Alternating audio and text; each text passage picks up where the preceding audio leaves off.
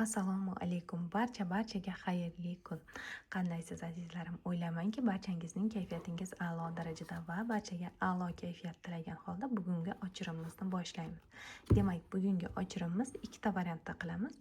Aqlingizdagi inson sizga qo'ng'iroq qiladimi? Yaqindagina arazlashib qolganlar uchun bu video, ayrilib ketganlar uchun emas. Demak, nima uchun sizga qo'ng'iroq qilmayapti? Va sizga qo'ng'iroq qiladimi? Shuni ko'ramiz. Bu birinchi variantimiz, bunisi esa ikkinchi variantimiz. Demak, variant tanlagan bo'lsangiz, men birinchi variantdan boshlayman. Xohlasangiz videoni to'xtatib turib bitta variant tanlashingiz mumkin. Demak, aqlingizdagi inson kim va sizga nimaga qo'ng'iroq qilmayapti va qo'ng'iroq qiladimi?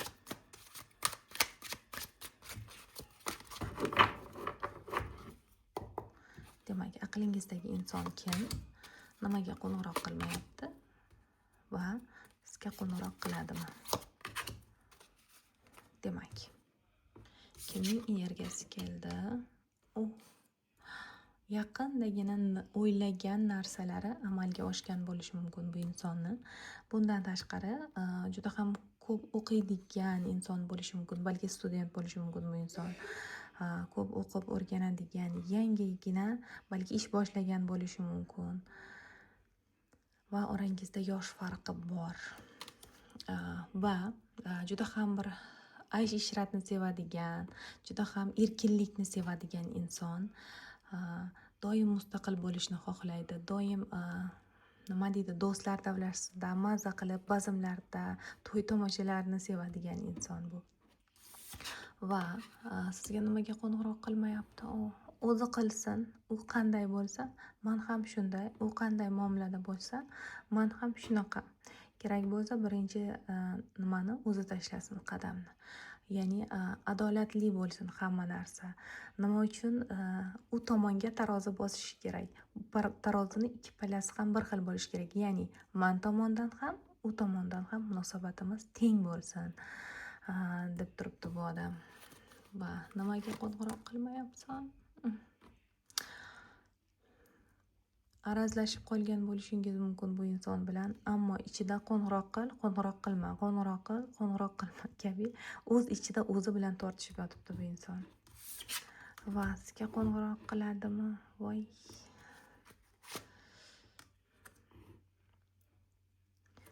Bu yaqin orada qo'ng'iroq qilish juda ham qiyin.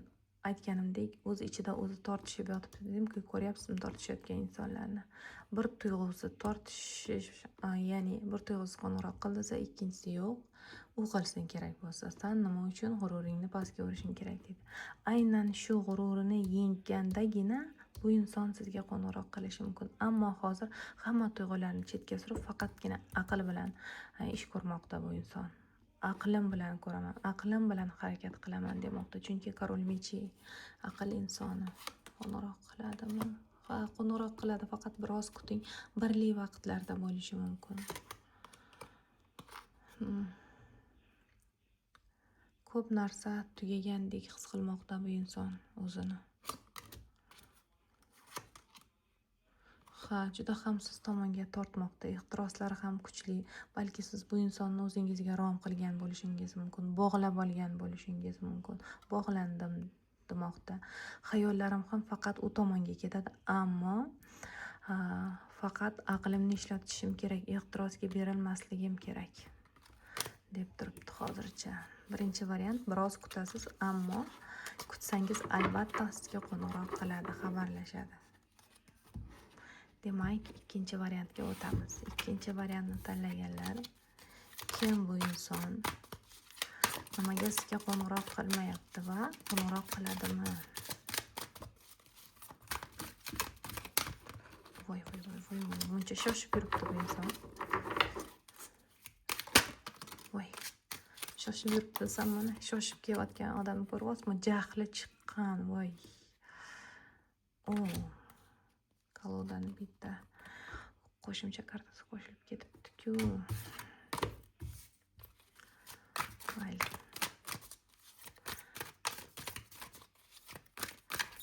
Keling, shuni o'qib beraman sizga. Ko'ryapsizmi? Mana. Demak,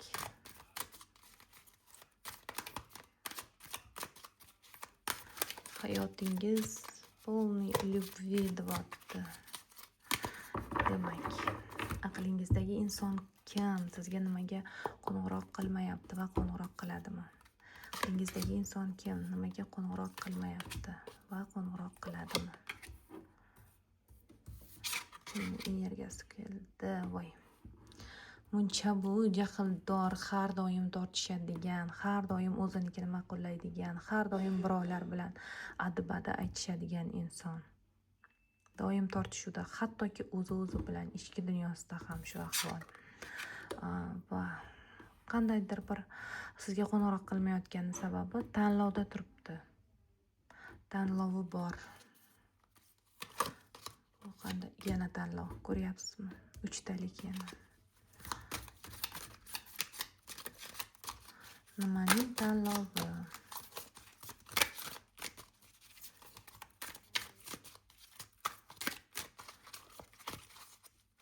Nimaning tanlovi? Ayol kishi.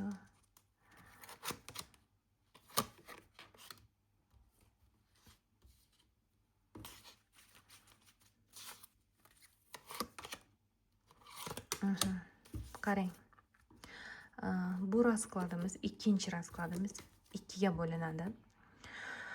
Agarda orangizda uchinchi inson bo'ladigan bo'lsa, bu balki raqibingiz bo'lishi mumkin. Yoki onasi, opasi, opachasi, singlisi va hokazo qandaydir bir ayol kishi sababli va bu inson bilan oralarida qandaydir bir yolg'on aralashgan vaziyat bor. Shu sababli siz va bu inson orasida turgan bo'lishi mumkin. Va ikkinchi variant esa sizga qo'ng'iroq qilish uchun qandaydir bir ayyarona xatti-harakatlar qilishiga to'g'ri kelishini biladi va siz bilan xabarlashadigan bo'lsa, o'tgan narsalarda, o'tgan vaziyatlarda sizni aldaganini bilib qolishingizni ham biladi. Shu sababli biroz qo'rquv bo'lishi mumkin va hozir tanlovda turibdi dedim. Sizga qo'ng'iroq qilish va sizni aldash yoki hech kerak emas, o'zim yolg'iz o'zimcha qolaman. Shu ikki tanlovdan bittasi bo'lishi mumkin. Ikkinchi variant. Demak, birinchi variant uchinchi shaxs sababli ayol kishi oila qurgan, mehribon inson, juda ham nozik ayol. Juda ham nozik tabiat, sirli, gapirganda ham juda ham bir muloyim bilan, muloyimlik bilan gapiradigan ayol. Va ikkinchi variant sizga qo'ng'iroq qilish yoki o'zi yolg'iz qolib, o'zimni hayotimni davom ettiraman. O'zimga sulton, o'zimga xon deb o'tiribdi. Va qo'ng'iroq qiladimi? Ikkinchi variant tanlaganlar. Afsuski bu yaqin orada qo'ng'iroq qilmaydi. Bunga bu inson sizga xabarlashishi nimagadir bu insonga juda ham bir katta yukdek go'yo.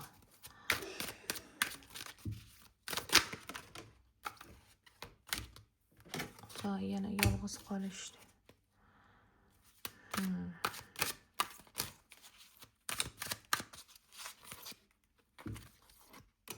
Faqat kuzataman uzoqdan turib. Kutaman. Ko'ryapsizmi, kutyapti. Meva berishini kutyapti. Xatti-harakatlari kerak bo'lsa o'zi birinchi qilsin.